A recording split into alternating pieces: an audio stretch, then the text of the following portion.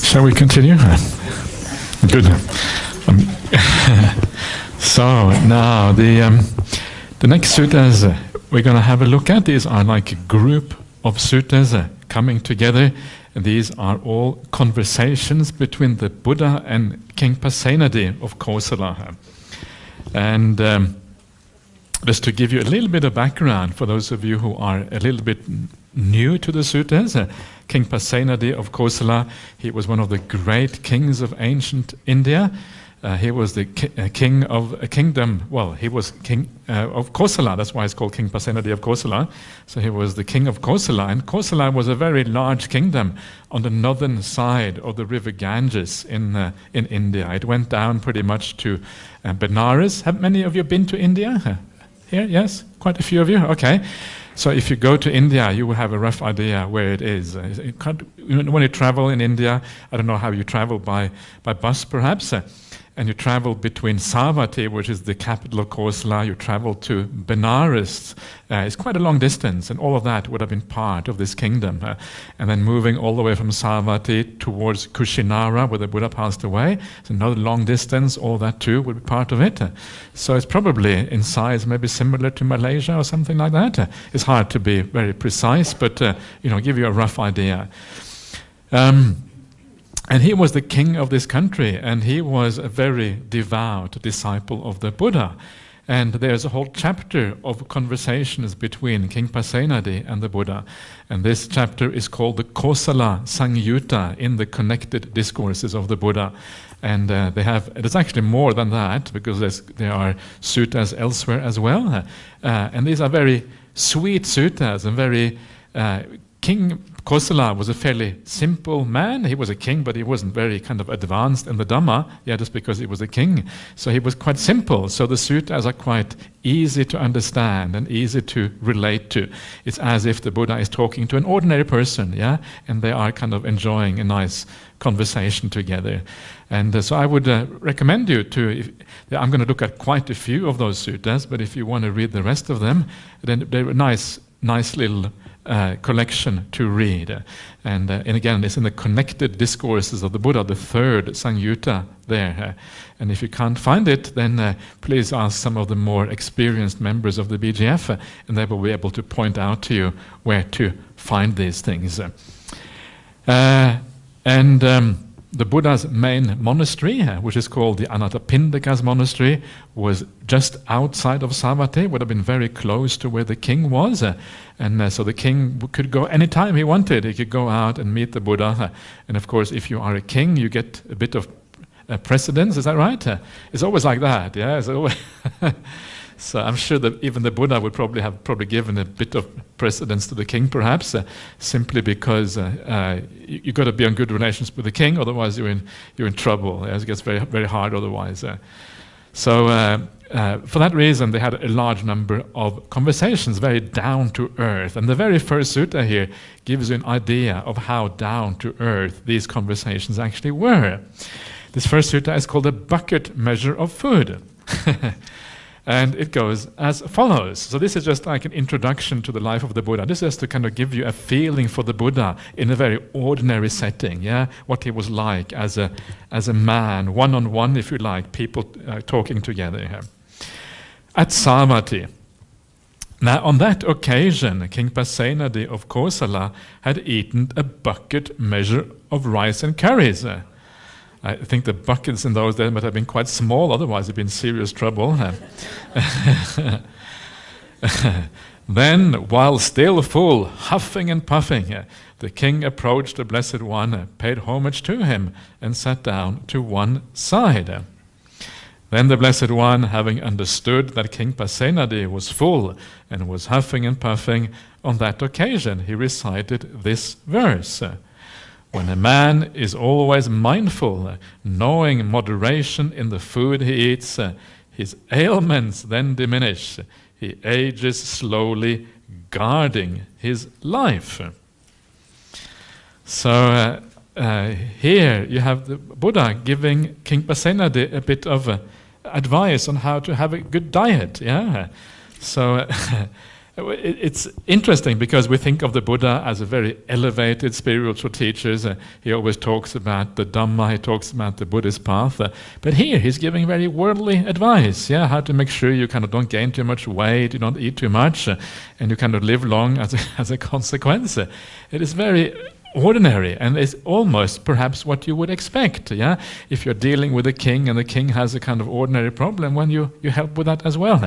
And this in a sense humanizes the Buddha, because it means that he was talking to people just like we talk to people, and when there is a problem you help them with whatever problem there is. And as a monk, when people come to you and they ask you questions, they will ask you about all kind of things that have got nothing to do with monastic life necessarily, or Buddhism, and they expect you to come up with some wise understanding of everything. And sometimes you want to say, I don't know, I don't know the answer to this. But this is the thing. The Buddha usually he deals with these kind of issues just like we do today. He also dealt with those issues at that time, and so here he tells him to be mindful. You mindful, and when you are mindful, then you know moderation in the food you eat. Why is that? And this already gives us a little bit of insight into the meaning of the word mindfulness. The Pali word here is sati. Sati mato means having mindfulness. And mindfulness is not just the idea of being present and observing, but mindfulness also is about knowing the teaching, knowing the Dhamma, knowing the instructions, if you like, at the same time. Those two things always have to come together with mindfulness. Very often we think of mindfulness just as the ability to be present, but if you don't but mindfulness also means memory. You have a very good memory. If you really are present, you also are aware of whether what you're doing is right or not. In other words, you are kind of remembering the instructions. You remember what you're supposed to be doing. So if you are, whatever it is, if you are aware of kind of, drinking nice apple juice, I'm going to do it just to show you. Okay, this is just easy to be aware, very easy to be aware, because but so you are aware, but you're not only are you aware, but you're also aware of what is suitable. How much apple juice do I actually need? Is that one sip enough? Yeah, one sip is enough. So you put it back again. This is like remembering the instructions, not to take things too far, but knowing the right amount. And this is, so mindfulness always has those two things coming together. And this is why we often talk about sati sampajanya. Awareness in itself is not really all that useful unless it is applied in a certain way. It understands the broader consequence of things. And this is what we're seeing here. Moderation in eating needs awareness, and also it needs the memory that actually I shouldn't be eating too much. And then you have this idea that his ailments diminish. You get less sick if you eat the right amount. And you age slowly, guarding your life. That is kind of interesting, isn't it? Because, I don't know, in the modern day, sometimes when I read things in the newspaper, they talk about modern diets, people fasting to live longer. Is that popular here in Malaysia as well? Yeah. So you fast in a few days, and then that will kind of extend your life and all these kind of things, This happened already at the time of the Buddha, already doing so. You live longer if you eat moderately, Maybe if you fast, it's even better. So we think that is kind of a modern invention, It has been shown, and it has been shown by modern science that if you eat less, then actually it extends your life. But sometimes these ancient people, they had just the same insight we have today. They didn't need kind of all the scientific experiments and all of that. They already had these insights. And very often, all we do with modern science is that we kind of re-establish insights and understandings that already existed from ancient times. Because some of these are just common sense, and you can feel it. And sometimes science is still behind the times and trying to catch up with the insight of people like the Buddha. So that is fascinating. That is all also in there. Anyway, so what happens next is this. Now on that occasion, the Brahmin youth, Sudassana means beautiful. He was a beautiful Brahmin youth. Sudassana means good to see, quite literally here. Was standing behind King Pasenadi of Kosala. The king then addressed him thus. Come now, dear Sudassana, learn this verse from the Blessed One and recite it to me whenever I'm taking my meal. Yeah, so if you want to get on a diet, then you get your husband or wife to recite this verse to you every time you're eating. Yeah.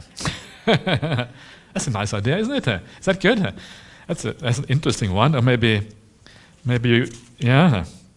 So, anyway, that's one possibility. There are other ways. Maybe you can have a little card there with this verse sitting next to your seat, yeah? And you can, this is the Buddha's, remember this is the Buddha's advice on how to be slim, yeah? So it must be special, it's a special one. And then you put this advice on your table next to your plate, and then you write from the Buddha underneath. And whoa, okay, I better be careful. Yeah, this is about faith and confidence in the Buddha. So try it out, see if that works. If you want to lose a bit of weight, yeah. And actually, I could do with losing a bit of weight myself, maybe. So maybe I should do that myself. It's a good idea. And then the Buddha says, I will then present you daily with 100 kahapanas as a perpetual grant. So this is how the Brahmins made their living in those days. They will whisper little verses into the king's ear, and then the king would give him lots of money as a consequence. So this is how you just like today, yeah, the king has a big court, and the court kind of does various things for you. It was the same in those days. Kahapana is the monetary unit of that day. Another monetary unit of that day is the pada.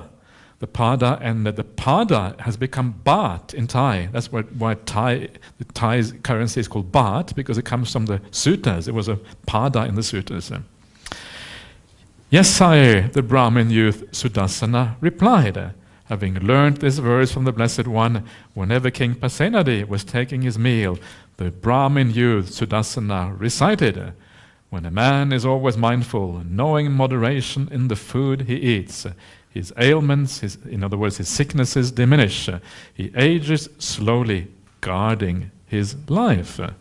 And then King Pasenadi gradually reduced his intake of food to at most a pint pot measure of boiled rice. Okay. At a later time, when his body had become quite slim, King Pasenadi of Kosala stroked his limbs with his hands, and on that occasion uttered this inspired utterance. The Blessed One showed compassion towards me in regard to both kinds of good, the good pertaining to the present life and that pertaining to future life. So it's quite sweet, isn't it? This is the king, now he's so happy, kind of stroking his limbs, and and he has regained his kind of, because the Buddha has shown compassion towards him. So, and here the Buddha, he says that both in regard to the present life and also regard to the future life. Of course, there's nothing really in the sutta about the future life, but we will see that later on, that the Buddha often gives instruction where he divides up benefits as benefits in the present life and benefits in the future life. And elsewhere, the Buddha does teach King Pasenadi about the future life as well, although not in this particular sutta. So there you are. That is just to kind of get you started. Yeah, this is a kind of a nice, not the typical sutta that you will hear about the Buddha, but quite a nice little one. So let's just move on to the next one, because time always goes too quickly on these retreats. Suddenly, before you know it, bang, time is up, and then you. So the next one is called Daughter. Again at Savatthi. Then King Pasenadi of Kosala approached the Blessed One, paid homage to him, and sat down to one side. Then a certain man approached King Pasenadi and informed him in a whisper, Sire, Queen Mallika has given birth to a daughter. When this was said, King Pasenadi was displeased. Then the Blessed One, having understood that the King Pasenadi was displeased, on that occasion he recited these verses. But before I say the verses, just again here you have the king, as usual, approaching the Buddha. He does this again and again and again. I don't know, maybe the Buddha thought he was a little bit of a pest or something after a while. I'm not sure. Oh no, the king is coming again. No, it's a dangerous thought when the king is coming. And then while he is there, a man comes to inform him, Queen Malika was his main queen, and there's a nice story about how she became his queen somewhere. I can't remember all the details now, but she was his main queen, and she was a very intelligent and very astute and very wise queen. And it seems that she was the one who actually made the king become a Buddhist. She is the one who got him interested in the teaching of the Buddha, and she was very astute in how she went about that. So she was wise. She probably was wiser than the king, actually, because she was the one who started out with this.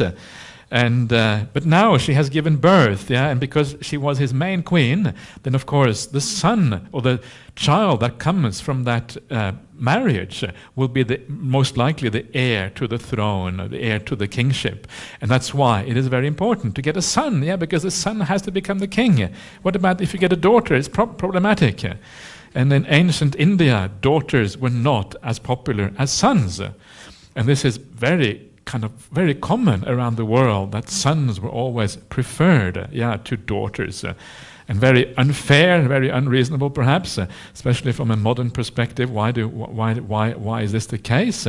And now comes the nice thing about how the Buddha replies to this. And some people have said that the Buddha was the first feminist because of how he replied. I'm not sure if that is a slight exaggeration, but anyway, this is what the Buddha says. A woman, O Lord of the people, may turn out better than a man. She may be wise and virtuous, a devoted wife, revering her mother-in-law. The son to whom she gives birth may become a hero, O Lord of the land. The son of such a blessed woman may even rule the realm. So the first verse there is perhaps better than the second one. The first one, where he says that a woman may be just as good or even better than a man. You cannot really judge by gender who is going to be good, especially from a Dhamma perspective, where what matters is your personality, the qualities of your heart is what matters. Then of course you cannot really make this kind of judgment. And so from there you can argue that the Buddha, in a sense, he is more for gender equality, and it fits in with his ideas ordaining bhikkhunis as well, and giving bhikkhunis roughly the same status. They may not have had exactly the same status, and that is another question that is up for debate, to what extent they had the same status or not. But roughly the same status as the monks, and really being an independent sangha on their own. And from that you can argue that the Buddha was a little bit of a feminist, in the sense that he wanted to give women roughly the same opportunities as he wanted to give the men. And that is really the meaning of feminism, as far as I'm concerned, is just the idea of giving women equal opportunities, which I think most reasonable people would agree with, probably. Why shouldn't they? It doesn't seem fair otherwise. But then the last verse there is a little bit more coming back to how men always were more important, because they were the ones who would rule. So a good woman was one who actually gave birth to someone who became the Lord later on, or the ruler later on. But still, it is a nice little verse. Not many things like that in the suttas which give this kind of feeling. So I picked that one out precisely because of the special sentiment that is found there. Very unusual for ancient India. India is one of the societies where a difference between men and women is quite significant. Let's go on to the next one. This is one more with Malika being the chief queen of King Pasenadi. So again at Savatthi. Now, on that occasion, King Pasenadi of Kosala had gone together with Queen Malika to the upper terrace of the palace. Actually, palace is wrong. It means a stilt house. So the upper terrace of a stilt house. The good houses in those days were built on stilts so as to avoid animals and insects and floods and all that kind of stuff. So that is really the meaning of that Pali word. Then King Pasenadi of Kosala said to Queen Malika, "Is there, Malika, anyone more dear to you than yourself?" This is an interesting question. Is there anyone more dear to you than yourself? And when you are married to a king, you have to be a little bit careful, what you say to these kind of questions. So, otherwise, if you don't say, "Oh, actually, king, I love you the most of all," then who knows what the king might do. So, anyway, but she replies. She is honest, and that's obviously one of the reasons why she was wise. She says, "There is no one, great king, more dear to me than myself." And then she replies to the king, "But is there anyone, great king, more dear to you than yourself?" And the king replies, "For me too, Malika, there is no one more dear than myself." It's kind of an interesting sentiment, isn't it? It's quite different from what you often hear in other religions, where you are told that to love others kind of first and then kind of make yourself second and look after other people first. In Buddhism, it is kind of taken for granted that we all love ourselves the most. And it kind of makes, and actually it makes very good sense when you think about it. If you're going to be able to love other people, how can you love others if you don't like yourself? It's impossible. You have to like yourself first of all. And liking yourself doesn't mean that you become completely self-obsessed and stupid and have some kind of psychological disorder or anything like that. That is not the point. It just means that you have a healthy self-regard, a healthy feel good about yourself. You don't put yourself down or diminish yourself or make yourself miserable. And this is one of the reasons why in the suttas the Buddha says that if you are going to choose between looking after yourself by practicing the Dhamma or teaching others, practicing for yourself comes first because you are closest to yourself. That is where you can make real impact, is when you look at yourself rather than other people. It's difficult enough to teach ourselves and practice ourselves, much more difficult to teach others. So you deal with yourself first. Anyway, then King Pasenadi of Kosala descended from that stilt house and approached the Blessed One. Having approached, he paid homage to the Blessed One. In other words, you bow down to the Blessed One, you sit down, and he related to the Blessed One his conversation with Queen Malika. Then the Blessed One, having understood the meaning of this, on that occasion uttered or recited this verse. Having traversed all quarters with the mind, one finds no one anywhere dearer than oneself. Likewise, each person holds themselves most dear. Hence, one who loves themselves should not harm others. So again, the Buddha confirms what the king has just said, but with a nice little twist on the end there. And that twist is what makes it a real Buddhist teachings. Because you love yourself the most, you should not harm other people. Yeah, and it's obvious, because if you know that each one of us loves ourselves most, if I harm you, I harm someone who loves themselves, and then I know I cause you to suffer, and I give you a hard time. So if you really like yourself and you understand that other people are just like you, then you are kind to others as a consequence, because you know they want to be happy. So every time you do something kind towards someone else, you are helping them in that self-love. You're giving them something they want. You're giving them something they desire. You're giving them a gift. Remember that. Every time you do an act of kindness to somebody, you say something kind, you have a kind thought, you do an action or whatever it is, you're giving a gift to the people around you. And this is a very beautiful way of thinking about how we interact with the world around us. And then, because you do that, loving yourself leads to loving of others. And then we come to another sutta which is very closely related to that.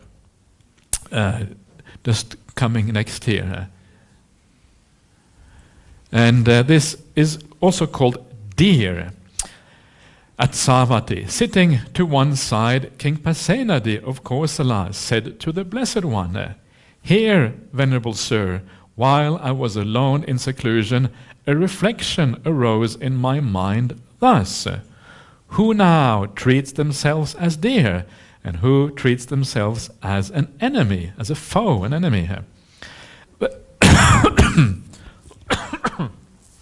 Then, Venerable Sir, it occurred to me, those who engage in misconduct by body, speech, and mind treat themselves as an enemy, Even though they may say, we regard ourselves as dear, still they treat themselves as an enemy. For what reason? Because of their own accord, they act towards themselves in the same way as a foe might act towards a foe. Therefore, they treat themselves as an enemy. Yeah, but the point here is that I don't know if it is immediate. It may be immediate, obvious for some of you, but the point here, of course, is that how does an enemy treat an enemy? You want to hurt your enemy. Yeah, that's what enemies do to each other. They kill each other, they maim each other, they hurt each other. That's the reality of warfare and all of these kind of things. But if you act with misconduct by body, speech, and mind, you have to reap the consequences of that. You will hurt in the future. Every time you do a bad action towards someone else, you are hurting yourself. You're acting towards yourself as an enemy because you're creating suffering for yourself in the future. So remember that when you feel like you are not in a good state of mind and you want to say something a little bit harsh perhaps, or act in a way that isn't 100% nice, remember that who you are hurting is yourself. You are creating bad karma in a sense, and you know that the result of that in the future will be pain for yourself. You are your own enemy every time you act from anger, every time you act from delusion or even desire. So it's especially anger. Desire is not such a bad thing according to Buddhism. Anger is far worse.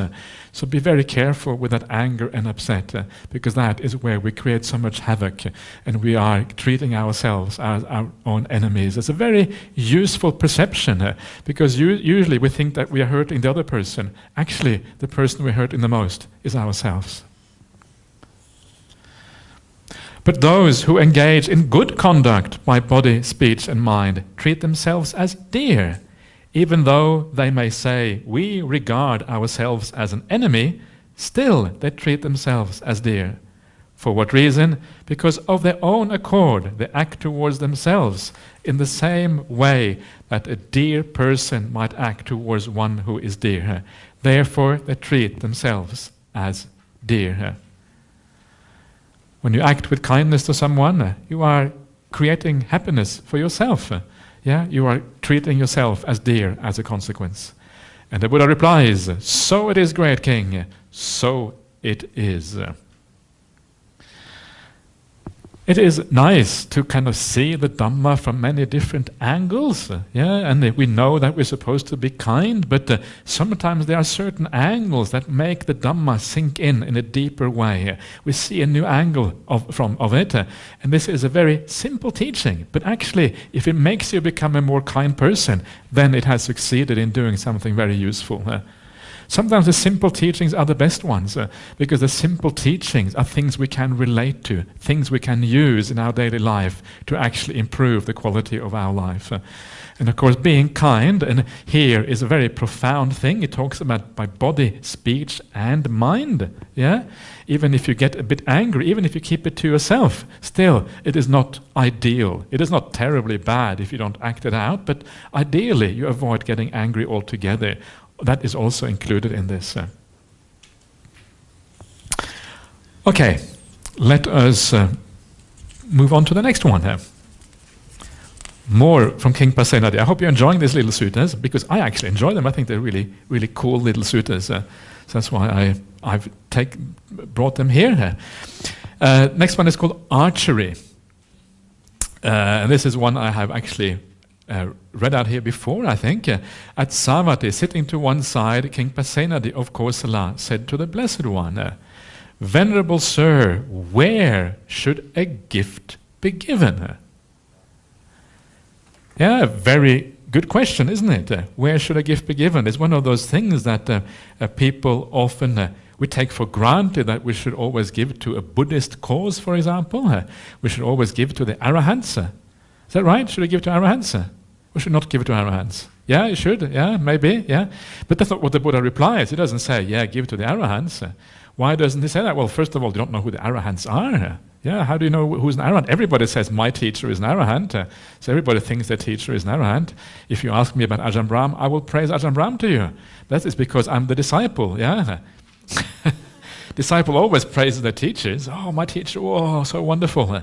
I actually happen to think Ajahn Brahmali is a very wonderful monk, and you can make up your own mind about that. But everyone praises their own teacher, and whenever you go to a monastery, you ask the disciples, they will say, oh yeah, the abbot, oh, arahant, yeah. And sometimes you think, no way that this abbot is an arahant, absolutely no way. So sometimes you have to be a little bit critical about these things. It can be very, very hard to know who is an arahant. And the reason why it is so hard is because the way most people live is so different from the way an arahant lives. When you are immersed in the worldly things, your ability to see someone who has a completely different mind state, a completely different way of living, and being able to understand that actually is very difficult. So you have to approximate, yeah? The Buddha doesn't say, give to the arahants. He doesn't say, give to the Sangha. It would have been strange if the Buddha said, yeah, give to me, yeah, give to the Sangha. It wouldn't sound like the Buddha. It would sound really, it would feel, oh, okay, not sure about this one. You would kind of feel kind of dodgy about that one. So the Buddha answers in a very beautiful way. He says, wherever your mind has confidence, great king, that is where you should give. The Pali word here is pasidati. Pasidati means where your mind settles down, where it has confidence, where you feel inspired. It has all of these kind of meanings. That is where you should give. So remember that in your daily life. Yeah? When you feel you want to give somewhere, ask yourself where you feel like giving, where it comes natural, where you feel compassion. It doesn't have to be to a Buddhist cause, it can be to anyone. Yeah? It can be to poor people. There are lots of poor people around in the world, everywhere. When you feel that some poor person needs some support, and you kind of your heart opens up to that poor person, when you feel your heart opening up, that's when you feel inspired. That's when you feel compassion. That is the right time to give. And one of the reasons for that, why this is the right time to give, is because when you feel inspired, very often mindfulness comes along with that. Yeah, you feel inspired, you feel happy, you feel joyful. Mindfulness is strong. Because you feel joyful and you have strong mindfulness, it leaves a powerful impact on the mind. And it will be easy to remember that act of kindness later on. And when you remember it, it will give joy for years in the future. Sometimes you do an act of kindness, you feel really joyful about it, and then you remember it in the future. And you can use that in your chaganusati, yeah, in your meditation practice, to bring back these experiences from the past, to give you a degree of joy in the present moment, just by remembering what you did in the past. The more powerful your mindfulness is at the time, the greater the impact that action will have, and the easier it will be to remember in the future. And this is one of the reasons why this is so powerful. And it teaches you something about the power of generosity. Yeah, you learn that generosity is something beautiful. You learn that the first person to benefit from your generosity is not the other person, it's you. Yeah, so you do it in large part. You don't do it for yourself in an egotistical way. Yeah, this is from me. I'm going to get something out of this. Please don't think like that, because then you destroy the generosity completely. But know that you actually are the beneficiary of the kindness. So never look down upon the other person. Yeah, I'm going to give to you, you beggar. Yeah, you. Never think like that. Instead, thank the beggar. Thank the beggar. Oh, thank you so much for giving me the opportunity to give to you. Have you ever done that before? Give to the beggar and say, "Oh, thank you so much for." I'm a beggar. Yeah, so you can. No, any beggar, and then thank them afterwards for giving you the opportunity to give to them, and see what they say. They'd probably become shocked if it happens. But it happens sometimes in monastic life. A few years ago, Ajahn Brahmali told we had a Cambodian monk staying at our monastery, and he was very helpful, and they were always helping out. They were helping out with the building work and very keen to help out. And then Ajahn Brahmali said to him, "Oh, thank you so much for helping out with all the building work." And he replied, "Oh no, thank you for allowing me, for giving the opportunity to help out." Yeah, that is the right attitude, because it's like you know the power of generosity, you know the power of helping out, you know the power of good karma, you know you are given an opportunity to do something beautiful. So I should thank all of you. Thank you for inviting me. Yeah, give me opportunity to share the Dhamma with all of you. And it's true, because if I teach in the right way, it will give me happiness, that I can share this beautiful, marvelous teaching with other people. Yeah, and then I should thank you so thank you so much, Bobby, for inviting me here. And we'll see what comes of this. So this is the right attitude, yeah? And it's kind of so different from the worldly attitude. It's just a different way of looking at these things. And this is why this is actually quite interesting here.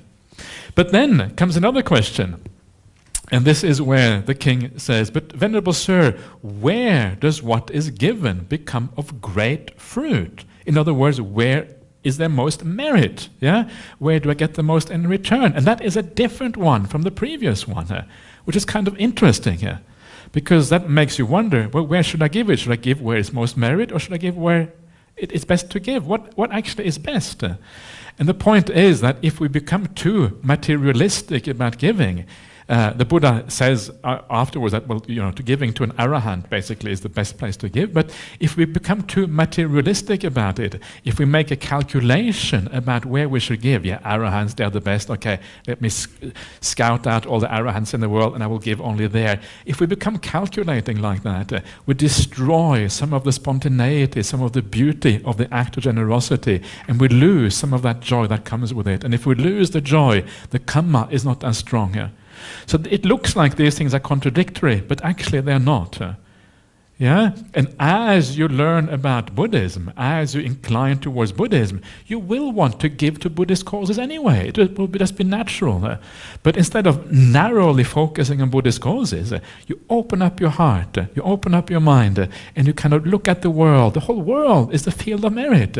The whole world is a possibility to do acts of kindness and generosity. Take that opportunity, and then you're doing it in the right way. And in this way, there's almost no end to the possibilities of generosity in the world. There are so many chances in daily life where we can do little things, little things for the people around us. Generosity does not mean large things. Often it means small little things, again and again and again. Yeah, things like giving me a cup of juice. I'm coming back to this juice all the time. This is a small act of generosity, yeah? Someone is filling this up for me here all the time. What a wonderful thing that is. So I always have that is already kindness. And one of the nice things, the beautiful things about being a monastic or being a monk is that you become like the field for so many people's kindness and generosity. One of those astonishing things. All I have to do is live in the monastery. So we do in Perth, I just stay in the monastery, and every day 50 people come just to feed us. Yeah, I think, wow, this is astonishing. So you actually get to feel so much kindness from the people around you. This is one of the marvelous things. You really notice that as a monk, even more than you do as a layperson, because this is how the Buddhist tradition works. And it's very beautiful. So because of that, I'm going to have another sip of apple juice. Okay, so let us see what the Buddha replies, just to kind of get that out, just read it properly. And he replies, this is one question, great king. Where should a gift be given? This is other. Where does what is given become of great fruit? Yeah, so these are not the same answer. These are different things, and you need to separate those things out, which is very interesting here. And it shows us we should not be too greedy about this idea of merit, because it destroys the whole thing here. What is given to one who is virtuous, great king, is of great fruit, not what is given to an immoral person.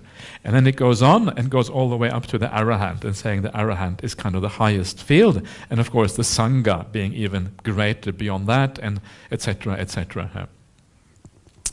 So there you are, and this is one reason why it is better to support humans than to support animals as well, because humans tend to be more developed than animals. No, I'm not going to say anything stupid in that context. Okay, so that is the little sutta on archery, touching on the idea of generosity, which is such an important part of the Buddhist path, and a lot of things could be said about that, but let's leave it at that. Okay, now, the next one is called grandmother. At Savatthi, then, in the middle of the day, King Pasenadi of Kosala approached the Blessed One. The Blessed One said to him, as he was sitting to one side, "Where are you coming from, great king, in the middle of the day? You're not supposed to come in the middle of the day." Yeah, this is kind of the subtext here. Yeah, the middle of the day is a strange time to come to the monastery. So something must have happened. Venerable Sir, my grandmother has died. She was old, aged, burdened with years, advanced in life, come to the last stage, 120 years from birth. Venerable Sir, my grandmother was dear and beloved to me. If, Venerable Sir, by means of the elephant gem I could have redeemed her from death, I would have given away even the elephant gem so that she would not have died. If by means of the horse gem I could have redeemed her from death, if by means of a prize village I could have redeemed her from death, if by means of the country I could have redeemed her from death, I would have given away even the country so that she would not have died. So this is very sweet again. This is the king and his grandmother. He must have been a very young king because he still had a grandmother. So as very often is the case, grandchildren and grandparents often have a very close connection. Yeah, there was this joke I read somewhere that one of the reasons why grandchildren and grandparents are so close because they have a common enemy. Yeah. It's a terrible joke, but anyway, I read it somewhere. So so that's why I could become a monk, because I had a sister and a brother who looked after the grandchildren part of things, and so my parents weren't so upset when I became a monk. This is one of the tricks to always have a brother and sister is always very useful. So, but again, here the king is, and he has all these. He would do anything, to redeem his grandmother. Death is always problematic. Death is such a big thing in human life, and it's something that we are never ready for. And we would often be willing to give up almost anything if only we could avoid dying. Here he says giving up his country. That means giving up everything because he's the king. Basically means giving up everything so that he could have his grandmother back. And then the Buddha replies, all beings, great king, are subject to death, terminate in death, cannot escape death. And then the king replies, it is wonderful, Venerable Sir, it is amazing how well this has been stated by the Blessed One. All beings, great king, are subject to death, terminate in death, and cannot escape death.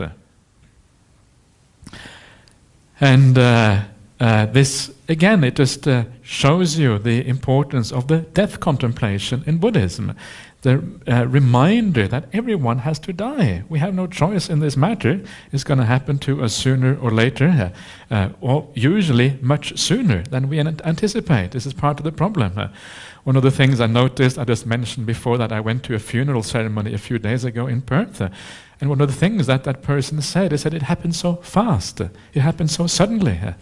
And I've heard this before. People very often say that when someone dies, it always happens too fast. It always happens too suddenly. We are never really ready for death. And this is part of the problem. But actually, it doesn't happen too fast. It doesn't happen too suddenly. It just happens when it happens. This is part of the problem. We're never really prepared for these things. So be prepared. When someone dies, you just say, oh yeah, I expected that. Makes you sound really cold-hearted, doesn't it? But really, it is the right way of looking at it. We should expect these things to happen. And when you expect these things to happen, it changes your attitude to the people around you. It changes because you know that if this is the last time that I see Bobby, if the last time I see you now, I will be kind to you because I cannot afford to be an enemy with someone when I see them for the last time. How can you can't die with enemies. You want to die when you have a good relationship with anyone. So if you remember that this could be the last time you see people around you, you always tend to treat people with kindness because you don't want to die after having an argument, after having treated someone badly.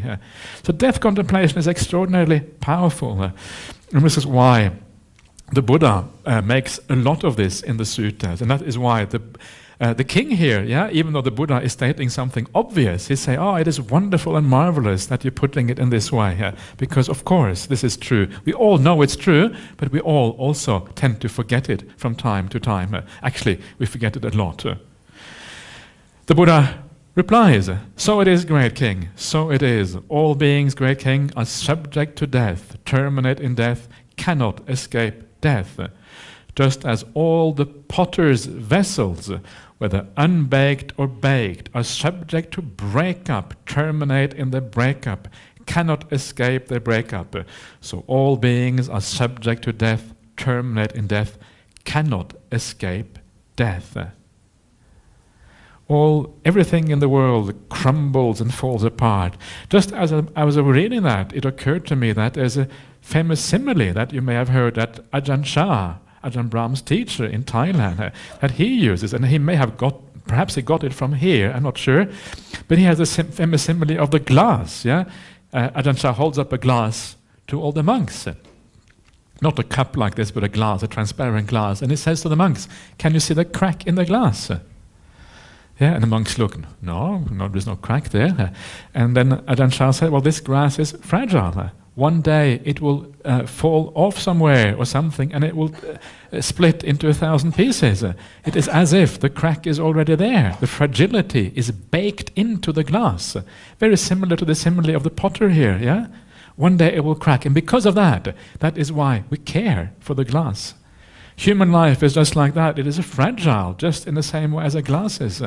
One day we will all fall down, we will crack, and then we will be dead before most people are ready for it. It's a beautiful simile, and Ajahn Chah used it, and maybe he got it from here, because he may have read some suttas. He was not famous for having read many suttas, but he did study a little bit. And he said he read the Visuddhimagga. He got a headache when he read the Visuddhimagga, apparently. And Ajahn Chah was actually he didn't have much education, but he was very intelligent. So basically, he gave up on the Visuddhimagga. Perhaps that simile is in the Visuddhimagga. Maybe it has I'm not sure. Anyway, so that is the little thing about death, and we can continue about death, because the next sutta is also about death. We will continue about that this afternoon. But now I have to end. It's already 11:30, and lunch is coming up, yeah? Important business to look after. So, so let's have a nice lunch. Have a nice lunch, everyone, and we'll see you back here again at, what time is it? 1:30 is the next sutta session. See you back in at 1:30.